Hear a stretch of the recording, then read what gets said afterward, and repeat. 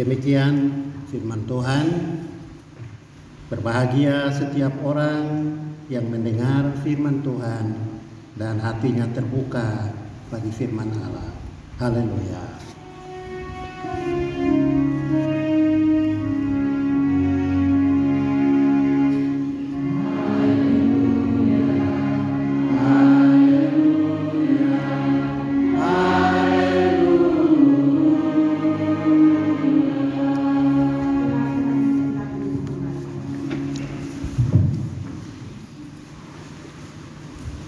Ibu Bapak, saudara-saudari jemaat yang bersekutu di dalam nama Tuhan Yesus. Salam. Selamat hari Minggu dan salam sejahtera untuk kita semua. Di minggu terakhir bulan Januari 2025 ini kita bersama-sama berkumpul untuk beribadah, tetapi sekaligus juga belajar dari firman Tuhan. Dan kita sama-sama telah membaca Kisah Para Rasul 17 ayat 10 sampai ayat 15 yang oleh Lembaga Alkitab Indonesia dikasih judul Paulus dan Silas di Berea. Nanti sambil saya berkhotbah, Bapak Ibu bisa jalan ke halaman paling belakang dari Alkitab untuk lihat peta, supaya nanti punya gambaran tentang di mana Berea, Tesalonika, dan Athena, karena ada di peta. Kita akan punya gambaran untuk itu. Di Tesalonika, Paulus dan Silas diusir setelah ada orang yang menghasut orang-orang yang mulai percaya di Tesalonika. Lalu karena itu mereka berangkat ke Berea. Di Berea juga ada orang percaya, tetapi para penghasut dari Tesalonika datang untuk memprovokasi orang di Berea. Lalu karena itu Paulus berangkat lagi ke Athena. Jadi maksud saya Bapak Ibu lihat peta untuk membayangkan kok bisa ya orang dari Tesalonika datang ke Berea. Karena memang jarak tidak jauh begitu. Nah, Lukas menempatkan cerita itu dalam kitab Kisah Para Rasul untuk mengajak kita berpikir apa kriteria yang biasa kita pakai untuk mengukur pertumbuhan sebuah jemaat. Begitu. Ya, pelayanan kita sebagai penatua, diaken, pendeta dan pengajar itu diukur dengan apa untuk melihat pertumbuhannya? Kadang-kadang kita pakai ukuran pertumbuhan jemaat itu apabila jumlah anggota sidi, anggota baptis bertambah. Ya, sehingga orang bangga bercerita, jemaat yang saya layani itu 500 kakak dengan jumlah jiwa sekitar 2000 orang. Waduh, orang bilang, wih, hebat sekali pendeta ini atau penatua itu. Karena kita pakai kriteria pertumbuhan jemaat itu adalah pertambahan jumlah anggota. Meskipun banyak di antara yang mabuk, ya KDRT, ada koruptor juga di situ dan seterusnya. Nah, tukang tipu, mama di situ juga ada senyum-senyum. Tapi juga ada yang bikin kriteria, yaitu pertumbuhan jemaat itu diukur dengan banyaknya income atau pendapatan yang diperoleh jemaat melalui pelayanan-pelayanan, ibadah-ibadah. Jadi begitu bendahara baca ya laporan keuangan, uang di kas itu ada 250 juta, jemaat bilang bagus. Ya, meskipun uang itu kemudian disimpan di bank, dan nanti datang orang dari luar NTT yang pinjam uang itu untuk bikin kios bakso, tempat cukur rambut, lalu anak-anak kita yang pergi bekerja di sana. Lalu kemudian anak itu 4 tahun kemudian mereka ganti nama. Namanya tetap M, Matius, tetapi yang ganti namanya M yang lain.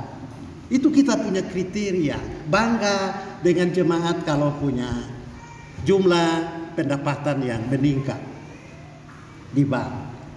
Ada juga yang lihat perkembangan jemaat itu, pertumbuhan itu ditentukan oleh banyaknya fasilitas yang tersedia bagi pelayanan. Kalau gedung kebaktian sudah ada, lalu orang berpikir, tambah lagi di kanopi, di kiri, kanan, muka, belakang. Ya, sesudah itu mesti tambah lagi dengan fasilitas lain, mesti bikin sound systemnya, ya, atau tambah wifi-nya, atau bikin AC lagi, begitu. Gorden juga diganti tiap 3 bulan sesuai dengan tahun gereja. Meskipun untuk itu banyak janda dan orang-orang dalam jemaat yang putus sekolah karena tidak memiliki dana untuk pendidikan. Ya, itu kriteria juga yang kita pakai. Lalu kriteria yang terakhir, kadang-kadang orang mengukur pertumbuhan sebuah jemaat itu dengan tidak ada konflik di dalam jemaat itu. Ya, semua satu kata, satu hati. Orang Timur bilang ansauk mese, nekak mese. Atau orang Alor bilang taramiti, tominuku. Ya, orang Rotena bilang ita hatori esa. Begitu. Nah, kira-kira dari ini 4 kriteria, mana yang patut kita pakai untuk mengukur pertumbuhan sebuah jemaat? Nah, untuk menjawab pertanyaan itu, mari kita belajar dari Lukas yang menulis di Kisah Para Rasul pasal 17 ayat paling kurang ayat 10 sampai ayat 15. Tema yang diberikan untuk perenungan kita bertolak dari pasal itu adalah mendengar dan menyelidiki firman Allah. Ya. Itu semua orang tahu. Ya, menjadi orang Kristen yang baik adalah mendengar dan menyelidiki firman Allah. Walaupun pengetahuan itu kemudian tidak diterjemahkan dalam kelakuan, karena tidak semua orang Kristen tekun menyelidiki Alkitab yang di dalamnya ada petunjuk-petunjuk atau nasihat-nasihat, juga hukum-hukum dan kehendak Allah. Ya. Meskipun begitu tidak terlalu disesali. Ya, tidak semua orang baca Alkitab tidak apa-apa. Ya, tetapi yang penting ialah orang-orang itu percaya bahwa firman Allah itu hal yang paling bisa diandalkan untuk membangun hidup yang bermakna. Nah, tentu lalu kita bikin muncul pertanyaan, mengapa orang tahu bahwa membaca Alkitab, kitab suci itu berguna untuk menguatkan iman dan menjaga kualitas hidup dalam masyarakat, tapi orang mengalami kesulitan untuk menyelidiki Alkitab dan mengembangkan pemahaman yang mendalam terhadap pengajaran-pengajaran yang terdapat dalam kitab suci. Nah, paling kurang saya menemukan 3 alasan. Ya, orang jarang membaca Alkitab. Yang pertama itu adalah kesibukan dalam pekerjaan. Ya, sibuk dengan berbagai urusan. Ya, apalagi para pekerja yang hidup dari pendapatan harian. Ya, mau baca Alkitab gimana kalau mesti urus kebun, kasih makan sapi, ya jaga jualan atau buruh bangunan, sopir, tukang ojek dan seterusnya. Begitu. Waktu tidak ada.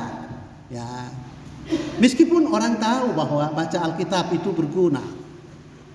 Ada juga yang tidak tertarik membaca Alkitab karena kisah-kisah dalam Alkitab itu sulit untuk dipahami. Terutama yang berisi daftar silsilah, daftar aturan-aturan untuk perayaan-perayaan dan seterusnya. Apalagi aturan-aturan itu berhubungan dengan kehidupan orang yang bekerja sebagai peternak-peternak. Sedangkan orang yang membaca itu sekarang adalah petani-petani atau pegawai-pegawai. Jadi tidak cocok. Alasan yang ketiga yang membuat orang mengalami kesulitan membaca Alkitab adalah karena isinya itu tentang orang-orang yang hidup 2000 sampai 3000 tahun yang lalu di satu budaya yang berbeda, ya jauh dari negeri kita. Jadi karena itu orang lebih suka baca koran atau lihat WA, nonton YouTube, karena beritanya tentang kita dan tentang hari ini, orang-orang yang satu zaman dengan kita. Begitu. Alasan-alasan ini tidak berarti bahwa orang-orang itu tidak suka dengan Alkitab dan malas untuk menyimak maknanya. Begitu. Tetapi hanya karena masalah tidak punya waktu, atau masalah beda budaya, atau beda zaman. Nah, atas dasar itu, menurut Efesus pasal 4 ayat 11, Tuhan Allah menetapkan rasul-rasul, nabi-nabi, pemberita-pemberita Injil, gembala-gembala, dan pengajar-pengajar. Di Efesus itu bilang supaya mereka memperlengkapi orang-orang kudus agar mencapai tingkat kepenuhan Kristus. Jadi Efesus 4 bilang Tuhan menempatkan pejabat-pejabat dalam gereja untuk membantu orang yang tidak punya waktu atau yang beda budaya supaya mereka mendengarkan firman Allah dan memahami makna firman itu bagi hidup sekarang. Kira-kira begitu. Jadi adalah sebuah keberuntungan bagi jemaat-jemaat kalau di tengah-tengah mereka ada pejabat-pejabat khusus yang membaktikan dirinya full time untuk membaca Alkitab dan memperdengarkan maknanya kepada mereka. Begitu. Dan itu yang Lukas mau kasih tahu di cerita perjalanan ke Tesalonika, Berea, dan Athena. Ada pejabat yang datang untuk membacakan kitab suci dan mengajar maknanya, yaitu Paulus, Silas, dan Timotius. Nah, Paulus, Silas, dan Timotius itu adalah 3 pewarta firman di jemaat mula-mula. Mereka berjalan keliling, begitu ya, mengunjungi satu tempat ke tempat yang lain. Mereka datang ke Tesalonika untuk membantu orang-orang Yahudi di sana yang tidak sempat membaca kitab suci agar mendengarkan firman Allah dan memahami makna dari firman itu. Dari Tesalonika mereka pergi ke Berea dan akhirnya sampai ke Athena, begitu. Nah, dalam persekutuan orang Kristen perlu ada petugas atau pejabat-pejabat yang khusus ditetapkan oleh Allah untuk menolong orang-orang mendengarkan firman Allah dan mengerti firman itu. Memang kita bisa mengerti Alkitab dari YouTube, begitu. Tapi mengerti itu mengerti setengah, karena kita tidak punya referensi hidup orang itu seperti apa. Jangan sampai dia mengajar baik, tapi dia juga sebenarnya banyak pakai neob di mana-mana, begitu. Karena dia omong saja kita tidak kenal dia secara baik. Tapi kalau dia ada di tengah-tengah kita, kita bisa bandingkan. Dia omong baik, dia punya hidup baik, kok tidak. Begitu. Itu beda antara belajar Alkitab dari pejabat yang tinggal di tengah-tengah kita dibanding dengan belajar kebenaran firman Tuhan dari media-media digital yang memisahkan kita dengan hubungan pribadi dengan pejabat-pejabat itu. Nah, karena itu Bapak Ibu Saudara-saudara, sayang sekali bahkan adalah satu kerugian kalau ada persekutuan Kristen yang menolak kehadiran pejabat untuk tugas yang satu itu, membantu mereka untuk bertumbuh di dalam iman. Ya, dalam masyarakat kita, masyarakat suku-suku di NTT ada banyak istilah yang menarik yang dipakai untuk menggambarkan fungsi pejabat-pejabat itu di tengah-tengah jemaat Kristen. Suku Metok di timur misalnya, ya, menyebut orang-orang seperti Paulus dan Silas itu begini, ayu pauno ma atis oe, ya, nok am neon mabe, begitu. Artinya orang yang bertugas untuk memetik daun dan menyiapkan air siang, pagi-pagi, dan sore-sore. Karena gambaran orang Timor tentang rakyat itu seperti kolo mamanu atau burung dan ayam. Karena itu mesti ada orang yang petik daun dan siapkan air untuk mereka minum. Jadi menolak kehadiran pejabat khusus dalam jemaat sama dengan bakal mati kelaparan. karena tidak ada lagi orang yang membawa daun dan memberi minum kepada jiwa yang dahaga. Nah, disebut dalam Kisah Para Rasul 17 ayat 1-9.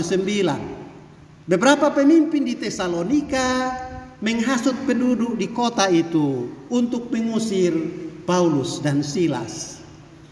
Begitu. Rupanya orang-orang di Tesalonika ini sebelum Paulus dan Silas datang, mereka dapat keuntungan cukup besar. Ya, dari usaha-usaha mereka untuk menjual patung-patung yang disembah oleh masyarakat. Begitu. Atau dengan cerita-cerita tahyul yang mereka kembangkan dengan berbagai-bagai ancaman. Nah, begitu Paulus dan Silas datang, cerita tentang itu semua patung-patung itu sebenarnya tidak punya kuasa untuk menolong, maka orang berhenti beli patung-patung itu. Maka mereka rasa rugi. Karena itu mereka menghasut penduduk Tesalonika untuk mengerjain Paulus dan Silas. Meskipun toh dalam jemaat di Tesalonika itu ada orang-orang yang menampung pewarta-pewarta seperti Yason. Yason menerima Paulus dan Silas tinggal di dalam rumah mereka selama berada di Tesalonika. Dan memang itu yang biasa terjadi dalam masyarakat sampai hari ini. Para pewarta Injil yang melakukan tur pewartaan Injil biasanya diterima dan ditampung di rumah-rumah keluarga yang terkemuka. Baik terkemuka dalam masyarakat maupun terkemuka dalam hal agama. Dan itu penting sekali. Ada keluarga-keluarga dalam jemaat atau persekutuan orang Kristen yang ikut mendukung pekerjaan pewartaan Injil. Memang juga ada keluarga-keluarga dalam jemaat yang merasa terganggu dengan pewartaan Injil. Tapi itu satu dinamika yang perlu, ya, supaya saling kewaspadaan, maksudnya begitu. Agar jangan lupa diri bahwa pekerjaan pewartaan Injil itu bukan karena kehebatan dan kebolehan si pewarta, tetapi adalah anugerah dari Tuhan. Nah, di Tesalonika, Paulus dan Silas menginap 3 malam di rumah Yason. Yason, keluarga di situ menunjukkan keramah tamahan. Ya, keramah tamahan itu menjadi modal bagi pewartaan Injil yang disampaikan oleh Paulus dan Silas. Sehingga di ayat yang keempat dari pasal 17 mengatakan begini, beberapa orang dari mereka menjadi yakin dan menggabungkan diri dengan Paulus dan Silas, dan sejumlah besar orang Yunani yang takut kepada Allah, dan tidak sedikit perempuan yang terkemuka. Ya.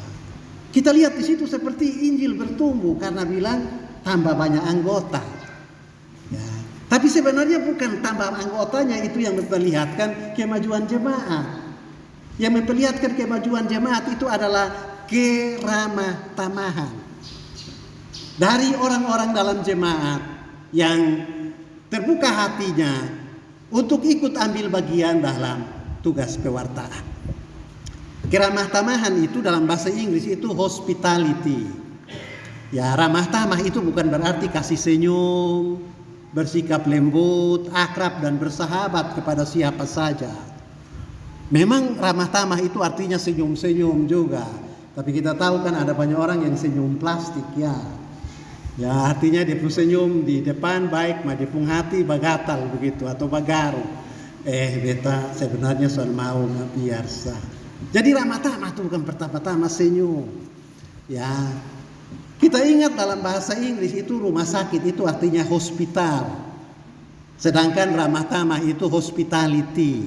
Dan fungsi rumah sakit itu adalah memberi tumpangan, tempat menginap bagi orang-orang yang sedang ada dalam persoalan khusus. Jadi Injil bertumbuh karena ada kesediaan bukan hanya dalam rumah untuk menampung pewartaan Injil, tetapi juga ada hati yang terbuka ya untuk menampung Injil atau menerima Injil yang diwartakan. Nah, Yason, pemilik rumah di Tesalonika, ya, menunjukkan keramah tamahan kepada Paulus dan Silas. Keramah tamahan Yason itu menjadi vitamin yang menyuburkan semangat dua pewarta Kristus untuk mewartakan sejarah baru dunia dan manusia yang sudah mulai dalam peristiwa Paskah. Fungsi keramah tamahan sebagai vitamin itu dalam tugas pewartaan itu tetap berlaku sampai hari ini di semua lingkungan atau di semua lingkup. Tugas kesaksian. Injil Kristus menyebar dengan pesat dan menjadi energi yang membaharui jika hubungan antara pewarta Injil dan pendengar bertumbuh dalam suasana yang akrab, bersahabat, dan ramah tamah. Begitu. Dan itu satu kriteria juga untuk pertumbuhan jemaat. Nah, kita baca dalam perikop sebelumnya, yakni ketika Paulus dan Silas ditolak di Tesalonika karena ada hasutan dari orang-orang yang merasa usahanya itu rugi karena Injil. Dan kerusuhan menyebabkan terjadi demo di rumah Yason. Silas dan Paulus diusir dari Tesalonika. Lalu karena itu mereka berangkat ke Berea. Nah, kalau melihat peta yang tadi saya ajak Bapak Ibu semua buka peta, ya, Berea dan Tesalonika itu kira-kira dia punya jarak seperti Kupang Takari. Ya, begitu. Atau dari sini dari Naik Bonat ya, sampai di Soe. Ya, itu tidak terlalu jauh untuk zaman kita sekarang. Hanya cukup 2 jam saja duduk santai di travel sampai di Soe. Ya, pada zaman Paulus dan Silas itu butuh 2 hari 1 malam perjalanan. Tetapi namanya penghasut, ya mereka akan lakukan apa saja, ya demi menghalang-halangi pertumbuhan nilai-nilai kebaikan. Paulus dan Silas berangkat ke Berea ketika ada resistensi penduduk Tesalonika terhadap Injil. Ya, gagal di Tesalonika tetapi sukses di Berea, itu kita baca. Dan pengalaman ini selalu mewarnai hikayat pekerjaan orang-orang yang menimba air dan yang menyediakan daun bagi pertumbuhan iman. Artinya tidak selalu si pewarta berhasil, tetapi juga tidak untuk seterusnya dia gagal. Begitu. Selalu ada ketegangan, ya, pada saat pewartaan Injil dikerjakan. Itu maksudnya supaya para pewarta Injil itu jangan lupa diri, lalu menjadi sombong, mengandalkan strategi sambil mencela atau meremehkan sesama yang juga bekerja untuk maksud yang satu itu. Kegagalan juga berguna agar si pewarta Injil itu belajar mengubah pola pendekatan pelayanan. Dan karena itu kegagalan itu atau tantangan itu adalah jalan sempit yang memaksa setiap pewarta Injil untuk memahami diri secara baru supaya mereka bisa hidup atau hadir lagi secara baru dalam melaksanakan pewartaan. Begitu. Kan biasa lalat yang tabrak-tabrak itu kaca jendela kan mau keluar. Begitu, tabrak akhirnya dia mati sendiri. Karena dia tidak belajar dari kegagalan. Andai kata dia belajar dari kegagalan, dia ubah dia pun cara. Dia tidak lagi tabrak, dia cari jalan baru. Nah, Injil juga begitu. Kegagalan yang terjadi di Tesalonika mendorong Paulus dan Silas untuk bikin pendekatan baru dalam tugas pewartaan. Tapi itu juga kita belajar sebagai pewarta Injil, bahwa tidak selalu kegagalan itu harus menghancurkan komitmen dan janji kita untuk bekerja bagi nilai-nilai kebaikan. Justru kita yang harus mengubah pola, pendekatan, metode, dan model pelayanan kita. Nah, dikatakan bahwa orang-orang Yahudi di Berea tidak hanya menerima Injil. Mereka dengan rela hati menerima firman dan setiap hari menyelidiki kitab suci. Itu tekanan yang Lukas sebutkan. Nah, Lukas mencatat ini untuk menunjukkan kepada gereja di sepanjang abad kriteria untuk mengukur kemajuan dan pertumbuhan jemaat. Ya, jadi Lukas kasih kriteria baru. Tadi di awal saya bilang kriteria yang paling banyak kita pakai untuk mengukur pertumbuhan jemaat adalah 1, jumlah anggota jemaat bertambah. 2, persembahan atau kolekte melimpah ruah. 3, banyak pembangunan fisik. Lalu yang keempat, tidak ada konflik di dalam jemaat. Oke, itu kriteria-kriteria umum. Yaitu kalau gedungnya megah, tabungan dan deposito di bank mencapai jumlah miliaran, tersedia fasilitas-fasilitas pendukung, pastori, mobil pelayanan, penggunaan perangkat-perangkat digital dan seterusnya. Tetapi Lukas yang bercerita tentang pekerjaan Roh Kudus melalui rasul-rasul untuk memberitakan Kristus yang bangkit, memberi clue atau petunjuk yang berbeda tentang pertumbuhan jemaat. Dan Lukas bilang pertumbuhan jemaat itu ditentukan oleh mereka menerima firman itu dengan segala kerendahan hati. Dan setiap hari mereka menyelidiki kitab suci. Itu yang disebut Lukas sebagai kriteria paling pertama mengukur pertumbuhan jemaat. Ukuran yang paling baik, begitu ya, bagi pertumbuhan iman adalah pengenalan yang benar akan Kristus di dalam hidup anggota jemaat. Dan itu juga Paulus tulis di Efesus 4 yang tadi saya bilang. Mengangkat nabi, rasul, gembala, pemberita Injil, pengajar-pengajar untuk memperlengkapi orang-orang kudus. Supaya mereka tidak diombang-ambingkan oleh berbagai-bagai angin pengajaran. Tetapi mereka bertumbuh ke arah Kristus. Pengenalan jemaat yang makin dalam akan Kristus, ketekunan dan kehidupan percaya yang kuat itu salah satunya dilihat dari ketekunan membaca kitab suci. Begitu. Dan itu juga yang dikatakan oleh anak-anak kita di sekolah minggu. Baca kitab suci, doa tiap hari kalau mau tumbuh. Pertumbuhan itu bukan pertama-tama banyak anggota jemaat. Anggota jemaat banyak, maka saya pernah baca Alkitab. Ya, tiap hari di rumah hanya nonton WA atau nonton YouTube, lalu kemudian tidak ada waktu lagi berdoa bersama dalam keluarga, mau tumbuh ke mana? Begitu. Ya, jadi pertumbuhan jemaat ditentukan oleh makin mengenal Kristus, dan pengenalan itu lewat membaca kitab suci. Anak-anak sekolah minggu bilang begitu. Kemarin malam saya tanya, saya punya mahasiswa dong. Ya, saya tahu di sini banyak orang Sabu juga ya. Ada orang Sabu kok? Ada ya. Bahasa Sabunya bilang apa? Bahasa Sabu anak mahasiswa bilang begini. Aja lipe daradeo. Jenga hebaja helodolodo.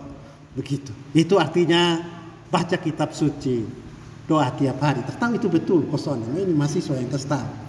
Ya, orang Rote di bagian timur itu bilang begini. Lesusura makamoi nohule haradoi fai tukafai. Begitu. Yang dari Rote Timur pas kok. Sone pas tuh, sone apa-apa pasti depu inti. Nah, orang Timur bilang begitu. Soi sulaknino onen piut-piut. Itu dia ukuran bagi pertumbuhan. Jemaat boleh punya gedung yang megah, income yang berlimpah-limpah, fasilitas pendukung yang tersedia.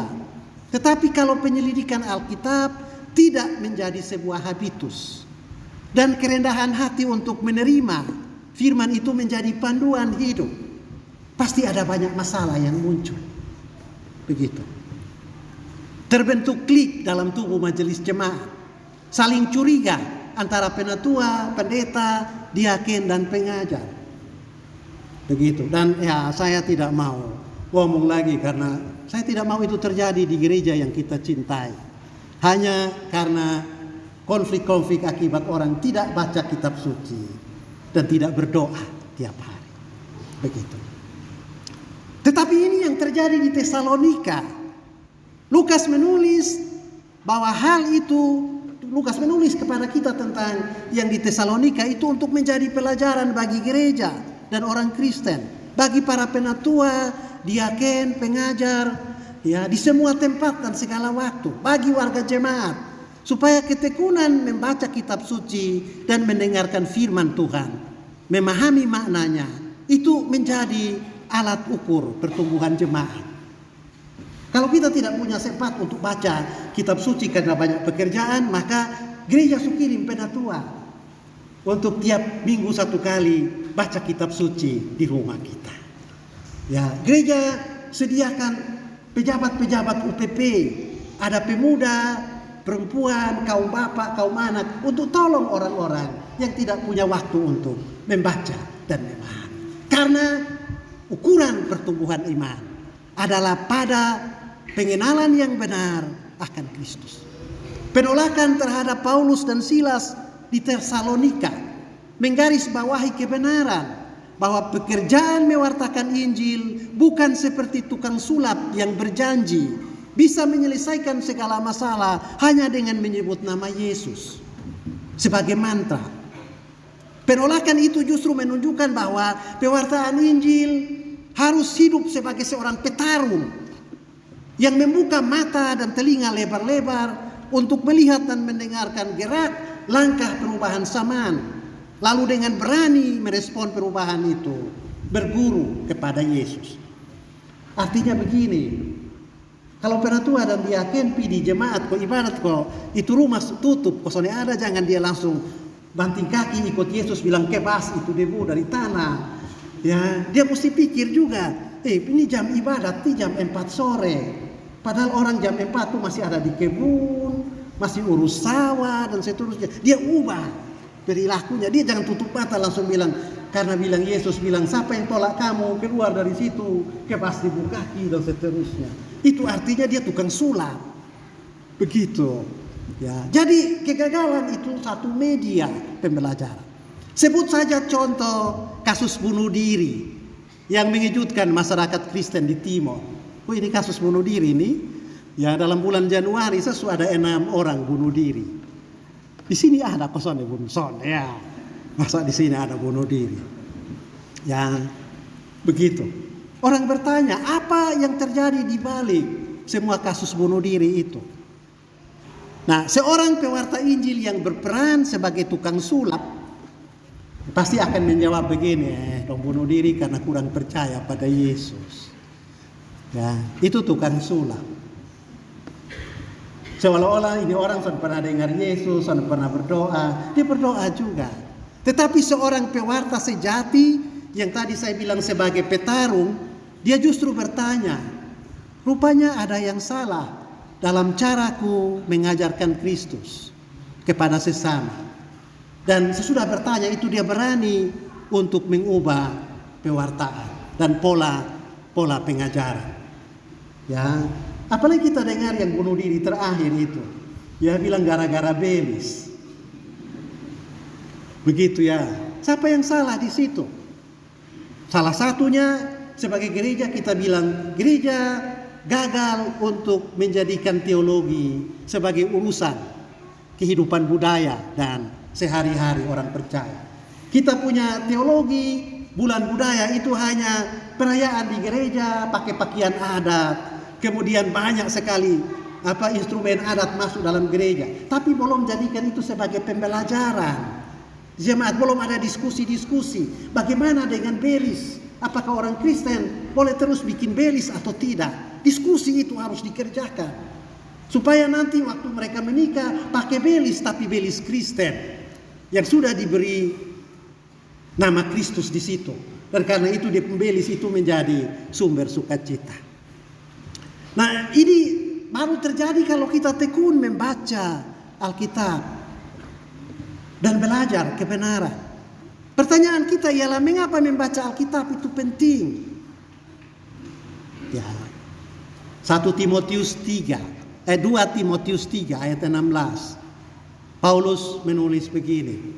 Segala tulisan yang diilhamkan Allah memang bermanfaat untuk mengajar, menyatakan kesalahan, memperbaiki kelakuan, dan mendidik orang dalam kebenaran. Perhatikan 4 fungsi kitab suci.